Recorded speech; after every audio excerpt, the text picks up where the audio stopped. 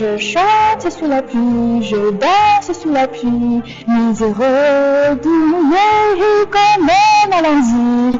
Bonjour à tous, c'est Ira. Comme vous venez de l'entendre, la vidéo d'aujourd'hui est débutée par la chanson intitulée Chante sous la pluie. Alors pourquoi cette chanson? Parce qu'il pleut souvent à Paris depuis ces derniers jours et je sais pas si les pluies sont venues fêter la sortie du film dont nous allons parler aujourd'hui, Wet Season, le deuxième long métrage du réalisateur singapourien Han Chen. Et c'est l'heure de confirmation pour ce jeune cinéaste qui avait obtenu le prix de la caméra d'or au Festival de Cannes en 2013 pour son premier film. Anthony Chen pour Ilo Ilo.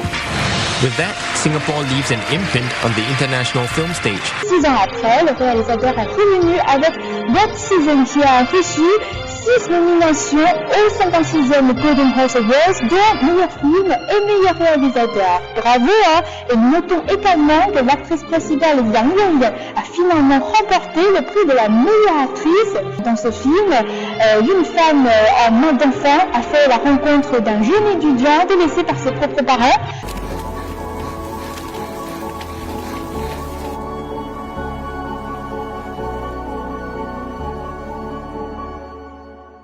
Pourquoi ce film porte toujours sur les femmes et quel est le lien entre le film et la pluie? Si vous êtes curieux de ces questions, suivez-nous pour découvrir le film en avant-première au cinéma et la projection sera suivie d'un débat en présence du réalisateur. J'ai hâte de vous poser des questions si c'est possible.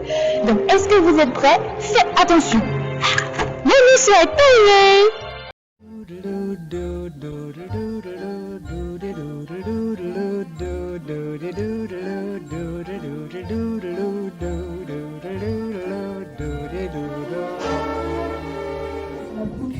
Et j'aimerais vous poser deux questions. La première est sur le lien entre la pluie et cette histoire. Est-ce que vous pouvez nous expliquer la signification de ce titre? Pourquoi vous voulez nous raconter cette histoire à travers la pluie? It was the first thing that I wrote on the script. I knew at the start that I'm going to set the film during the rainy season. It was a real pleasure to write because I thought, oh, it's so atmospheric and so patriotic, but it's such a pain to execute it. Just for information, apart from one shot in the film, all the rain is artificial. La deuxième question est sur le chinois, parce qu'on trouve dans ce film que les Singapouriens n'attachent plus une importance au chinois, y compris les jeunes, les profs et même le président de l'école. Est-ce que c'est vraiment la réalité? Mais en fait, pourtant, je peux ressentir votre passion pour l'art martial, par exemple Jackie Chan et Hu Jinquan. Donc, qu'est-ce que vous pensez du chinois et de la culture chinoise? C'est encore important d'apprendre le chinois aujourd'hui pour les Singapouriens ou pas? Merci beaucoup. Many years ago, there used to be English schools and Chinese schools in Singapore. In English schools, all subjects are taught in English, and then in Chinese schools, all subjects apart from English is taught in Chinese. Around the 1970s, and also because we are a very young country, it's a very pragmatic and practical decision. There was a policy to change all schools into English schools. Even when I was growing up, and this was the 90s, both my parents went to more English schools. So at home we only spoke English, and we only subscribed to the English newspaper. In fact, I see a lot of grandparents who went to Chinese schools and they can't speak English at all. They only speak Mandarin or dialect. But in order for them to communicate with their very young preschool sort of grandchildren, they're actually learning a lot of very simple English words. I see that happen a lot. The film, you realize that Ling, the teacher, is from Malaysia, because in Singapore, a huge number of Chinese teachers are from Malaysia, because in Malaysia, they still have Chinese schools. And a lot also come from mainland China.